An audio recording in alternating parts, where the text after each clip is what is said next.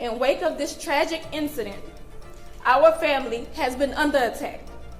Whatever you think what happened between Karmelo and the Metcalf boys, my 3 younger children, my husband, and I didn't do anything to deserve to be threatened, harassed, and lied about. The family of a star athlete turned murder suspect accused of killing a fellow athlete at a track meet now is speaking out in this news conference saying they've become the victim of threats. This video per KDFW. And at that news conference, a shocking moment. The victim's father, there in person, he was escorted out by police. The suspect in this case is no longer in custody. He's out on bond after a decision that some have called controversial by the judge to lower it by $750,000. It's a move that's now made that judge the target of internet hate, raising security concerns. And we'll also talk about the suspect's family and what they said about accusations they've used money from a crowdfunding website to boost their lifestyle, including the accusation they moved into a $900,000 home. We're on the case presented by Law&Crime. I'm Chris Stewart.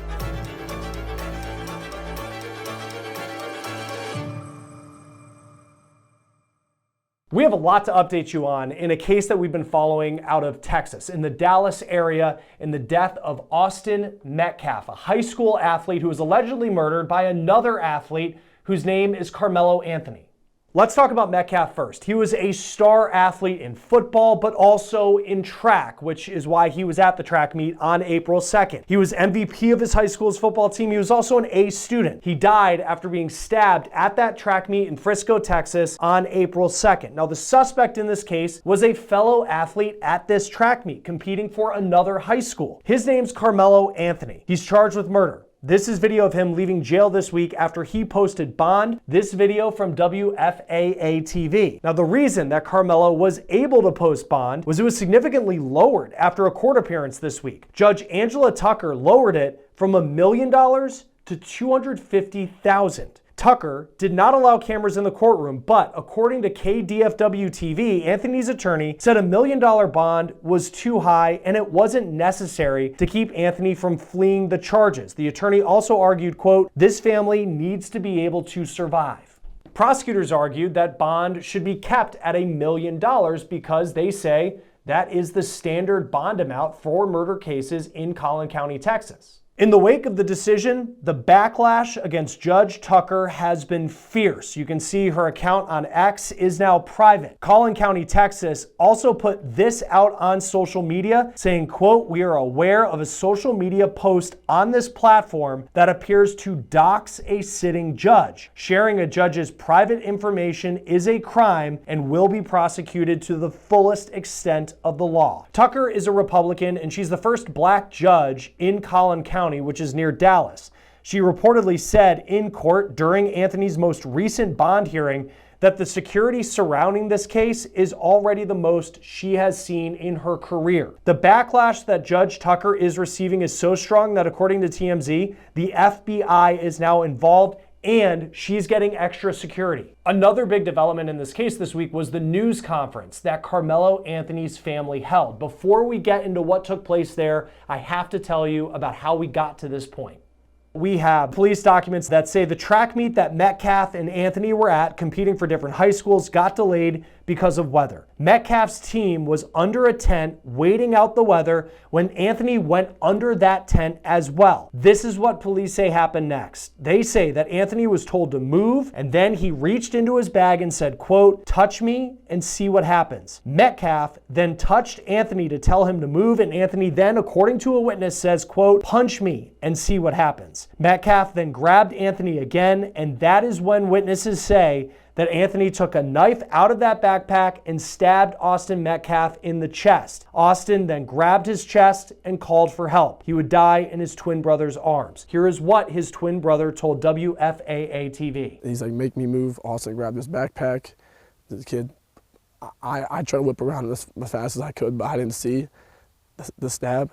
But then I looked at my And I look at my brother, and then I'm not going to talk about the rest. Anthony is arguing that all of this happened in self-defense. What he said to police when they first made contact with him, though, that really could come into play in this trial. One officer wrote that when they first made contact with Anthony, they told him to put his hands in the air, and Anthony allegedly said, quote, "I was protecting myself." The officer also said Anthony told him, quote, "He put his hands on me." But then an officer says when he radioed in that he had the alleged suspect, Anthony said, quote, "I'm not alleged, I did it." Police say Anthony ditched the knife and ran before he was arrested by officers who note in their reports that Anthony was hysterically crying when arrested and asked if Metcalf would be okay. Anthony was charged with murder. Anthony initially was held on $1 million bond. That is until Judge Tucker's decision this week.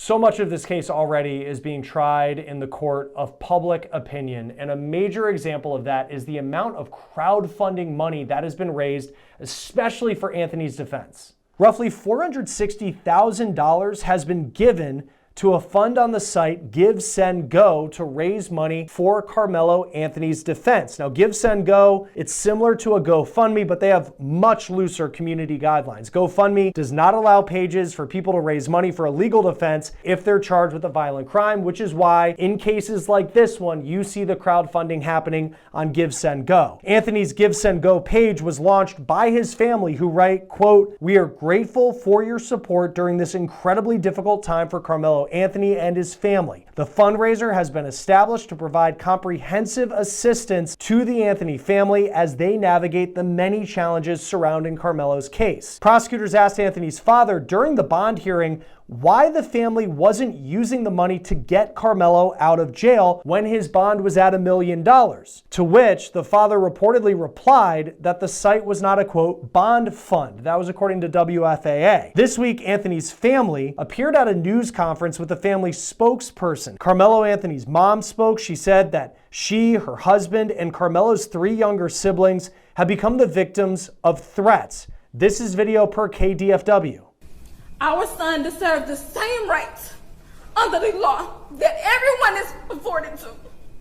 Anthony's mom also responded to a report that her family moved into a $900,000 house according to Daily Mail. She says they have not received a dime of the money that has been crowdfunded for her son's defense. The public donation to buy a home or anything else are completely false. We have not received a single dime. Another very notable moment at this news conference happened before it began, and it was Austin Metcalf's dad appearing in person in sunglasses, standing in front of cameras. It actually delayed the news conference from starting, and police had to be called. Take a look at this video from KTVT. That is Jeff Metcalf. You see him there in the sunglasses. The TV station says that he stood there for several minutes. It delayed the start of this news conference, and police were eventually called who escorted him out of the building. Joining us now to talk about this case is retired Judge Fanon Rucker. It's always great to have you on Law and Crime, and especially in a situation where we have a judge in Texas who has been the victim of threats. She's been doxxed. She needs extra security after a decision related to the bond of Karmelo Anthony. Just first for you, as someone who has been on the bench, you know what it's like. How would you approach this case? So thanks for having me, and I'm glad to be here. You know, it's regrettable that this is not the first time that we're talking about the idea that a judge who is sworn and obligated to handle their cases with free of bias and any type of personal interest is threatened. Is kind of subjected to public clamor about the decisions being made in the case. Again, it's not the first time we've talked about it. We've seen it. We've even seen some violent actions committed against judges for decisions that they make or how they handle cases. Over my career, during the 13 years I was on the bench, I handled over 300,000 cases of all types. And there were some that had public implications or that got a lot of public attention. There were most that did not. And the way that I would handle this case is the way that I handled all of my cases. I would make the decisions that I believe were the most appropriate decisions based on the law and based on the facts presented. As judges, we are held to an ethical canon that prohibits us from being swayed by, again, the public clamor that may exist in any particular decision that we're contemplating. And it's important that we as judges stick to that particular ethical rule. When you look at a case like this, because so much of it is already being tried in the court of public opinion, how do you approach those types of cases to make sure that the noise that's going on outside is something that potentially doesn't taint a jury pool if this case is tried in Collin County, Texas, where this has been headline news?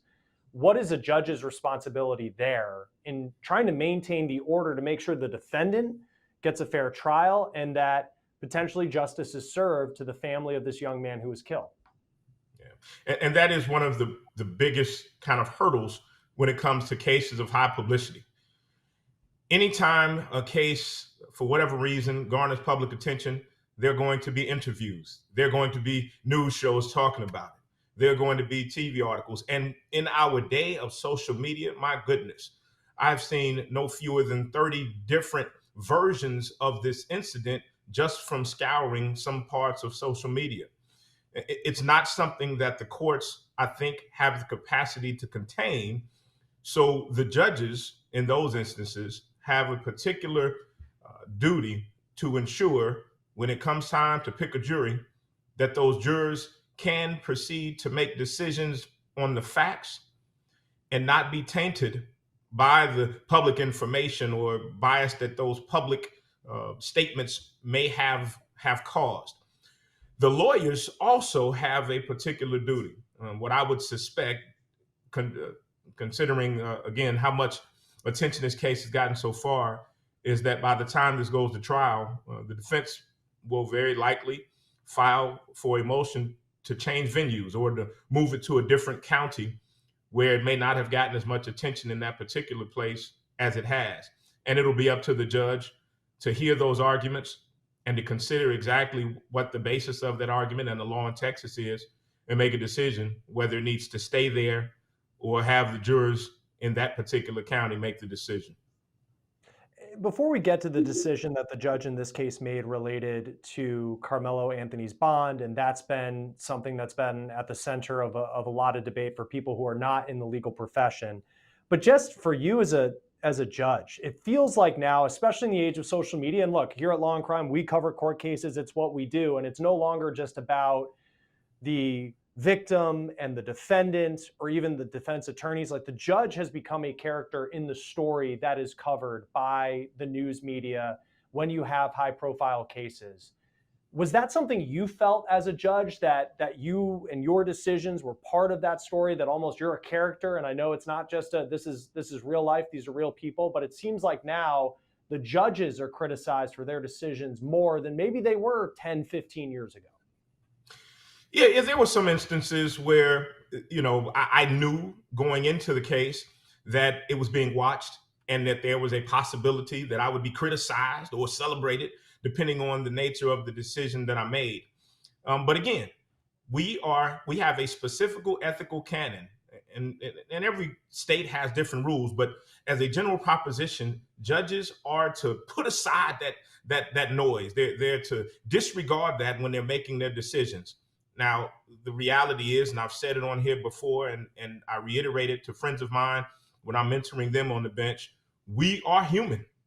And because we are human, we have to take special care to ensure that we're not being swayed by what we personally experience or how we personally feel, and that we're sticking to those rules and the law when we're making our decisions. Did I feel in instances that my decisions were somehow impacted by my concern about how the public would be, would perceive it? I was very careful not to. And I think I built a strong reputation on that fact. But let me offer something to you. This judge, like many thousands of judges around the country, are elected officials.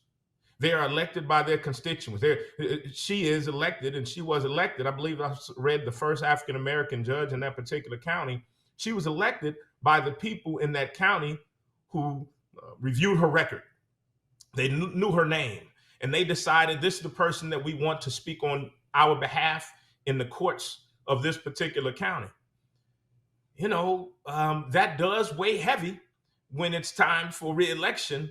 How are my constituents going to view what I did? It shouldn't be a consideration. But again, judges are human, and every once in a while, that does seep into the water of consideration, unfortunately. I'm not saying it did here. In fact, I don't believe it did, just because of what I know about bail and the requirements of bail and the considerations. But that is certainly something that colleagues of mine across the country have dealt with. Yeah, and I've heard, we talked to a defense attorney in Texas earlier this week, this judge, very well respected in the community and in the legal community as well. She made a tough decision, probably one she knew there would be a lot of public outcry about, and it was lowering Karmelo Anthony's bond. It was at $1 million. She lowers it to $250,000, and Karmelo Anthony is able to get out of custody, and he's currently on house arrest. What do you make of that decision? How should people approach viewing that decision in this case?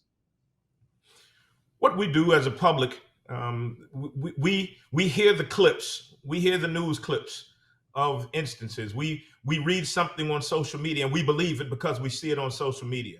What we don't have access to is all of the information that the police officers have as part of their investigation, because that's confidential law enforcement information that will only come out during trial, and some of it will never come out. What we don't have is all of the information that the prosecutor has received. What we don't have are the private communications between the family and the lawyer who represents the young man, the 17-year-old who's charged here. What we don't have is all the information that the judge has at her disposal and on her desk and in her chambers as she makes the decision what to do with bond. What we do have is a sensational story that causes all of us to have a particular position based on history, based on our personal history, based on things we've observed or based on things we've experienced. And so we respond, and we respond emotionally. That shouldn't be, unfortunately, that shouldn't be how we respond as a community, but that is unfortunately what we do. And so I think that the judge here, well, first of all, let's understand, what is the purpose of bail? The purpose of bail is not to punish a person who is innocent unless and until proven guilty. The purpose of bail is to ensure that the person actually appears for court. And with bail reform that's taken place over the years, and I was part of bail reform in the state of Ohio when I was on the bench and shortly after I retired, bail should be individualized based on the person's circumstances as reviewed by the court. And I mean financial circumstances. I mean criminal prior history. I mean the heinousness or the benign nature of the offense for which they're being charged. We should be looking at a lot of factors, but not presuming that the person will be found guilty, because that's not what the court system is supposed to be, and that's not the purpose of bail. It's not a pretrial punishment. It's a pretrial procedure to ensure that this case will be heard and that the victim and the defendant will have their day in court. And that's the purpose of bail. I want to turn to this case, and you're now a practicing attorney since you've retired from the bench. This is a self-defense case. That's the argument that Karmelo Anthony is making about this altercation he had with Austin Metcalf at this track meet. From what you've read thus far, what does his defense look like? How strong of an argument is there for self-defense in this case? Well, again, what we don't have is all the information that Karmelo Anthony's lawyer has and what the prosecutor has. What we know from public stories, again, are 30 different versions of what actually occurred. That they were at a track meet, that they had a prior confrontation, that this young man had been bullied prior by Mr. Metcalf and his brother, that this particular instance, he had a right to be under the tent and when it was raining and he was told not to, even though somebody else had told him. I mean, there are so many different versions. It's very difficult to know specifically what would be the basis of the self-defense, other than the argument that this young man in Texas had a right to defend himself. And when and under some circumstance he was attacked, believed his life was in danger, and he defended himself. I mean, that's the extent of what I can offer to you that I understand from the defense position. But the details, or at what point he would have argued self-defense, or at what point he would have felt that his life was in danger based on what he knew of these individuals' prior history or what other prior communications or contacts or confrontations they have. I don't have that information because there's so much stuff out here. The best we can do is suggest more of it is going to come out at trial, more of it is going to come out as discovery is released, and we'll know better why they're claiming self-defense as time goes on. Yeah, but I do want to offer, each Sure. individual in just about in every state in the country has the right of self-defense. That is a right, self-preservation that each individual has in this country. If you were defending Karmelo Anthony, and again, there's a lot that we don't know, and there's a lot to your point. I mean, even reading through the police documents, it's witness testimony. It doesn't appear that there was cell phone video of this altercation. So in court, a lot of what will piece together what happened will be from what people who were there saw, and there's not going to be that, well, here's video, let's determine what happened based off of the video. Austin Metcalf's dad, his big question I remember he asked was, why would someone bring a knife to a track meet? And that's something that's been talked about a lot. If you were defending Karmelo Anthony and that comes up in court, how do you combat that piece of information that likely he's going to have to face if this goes to trial? Yep. And certainly the prosecutors will be suggesting and offering the idea that he brought a knife because he expected this confrontation. He was looking for a fight. He was hoping to engage with this individual, which would then argue that this was something planned, almost premeditated. That would be the prosecutor's position. So as a defense attorney, I would be arguing and I would be preparing in such a way that I have witnesses to offer the character of this young man and the character of the alleged victim so that we have a better view of how the two of their relationship actually was molded and what was the nature of it.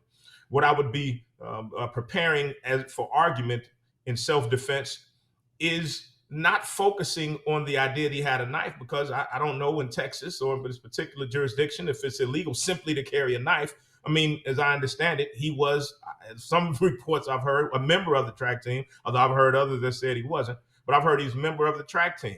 And so is that particular item that he used, the knife, was that something that he used in order to prepare his shoes? You know, I mean, they're running on asphalt. Do they have cleats? And do those cleats have some need to be sharpened in order to be most effective? I mean, there's any number of ways to argue that the reason that he was carrying that knife had nothing to do with the idea that he was going there looking for this young man or that a confrontation was premeditated, but that knife or that utility object was being carried for other means and not for the purpose of ultimately engaging in murder or in manslaughter. The Anthony family held a news conference talking about the threats that they've been receiving. It's the first public statements that they have made. There is a big part of this where, you know, a lot is being talked about in the court of public opinion. And if you were, though, the trial attorney, how do you approach a case where there is all of this publicity, but at the end of the day, it's going to come down to jurors and whether or not they understand the argument the defense is going to put forward? And you can have all the, you know, outside noise that's going on and people's opinions and all of this, but eventually it's going to come down to those jurors in a courtroom. How do you, in preparing your defense, manage the publicity that is likely going to just continue on in this case? Well, that's what you do. You manage it. There are courses that we take at seminars and at CLE retreats to talk about how to handle high-profile cases.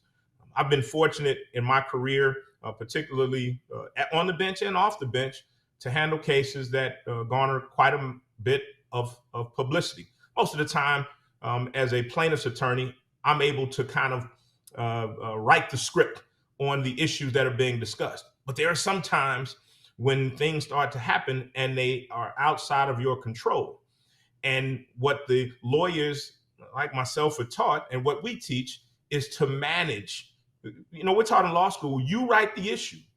You are the ones who actually write the story. Don't let the story be written about you. And so the narrative that goes out was part of what was being managed when we had that press conference yesterday. I mean, that's the purpose of that.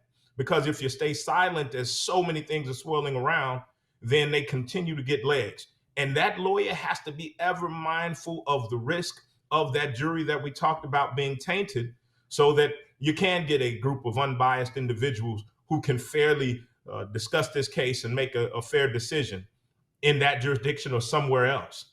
And so that is part of the management. That's what you do. You focus on advocating for your client, but you also make sure that every once in a while you contain the narrative and you discuss what you can publicly to advocate for your client and your client's position before that jury is impaneled.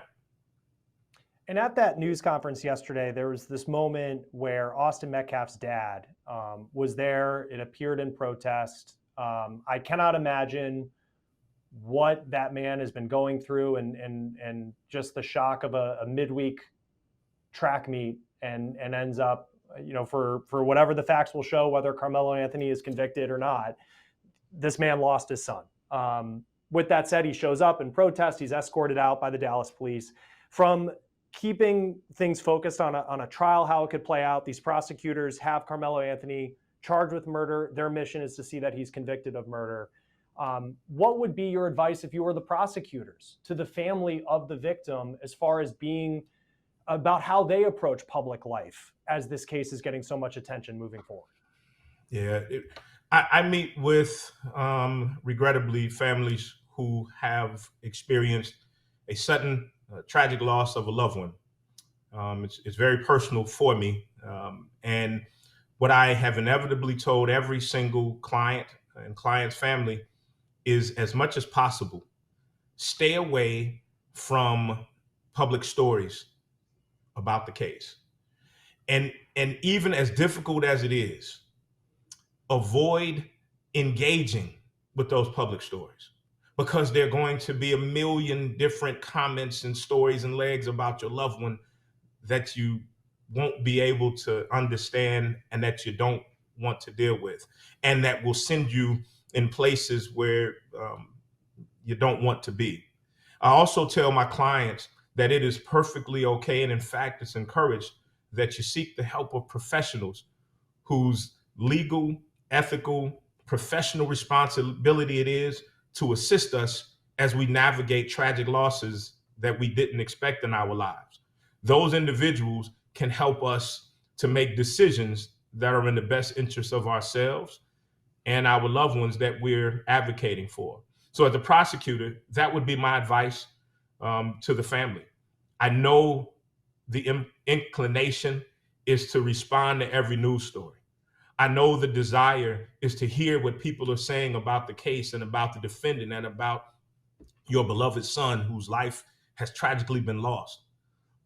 But work hard to avoid doing that, because it could negatively impact the case, but more importantly, it could emotionally negatively impact you.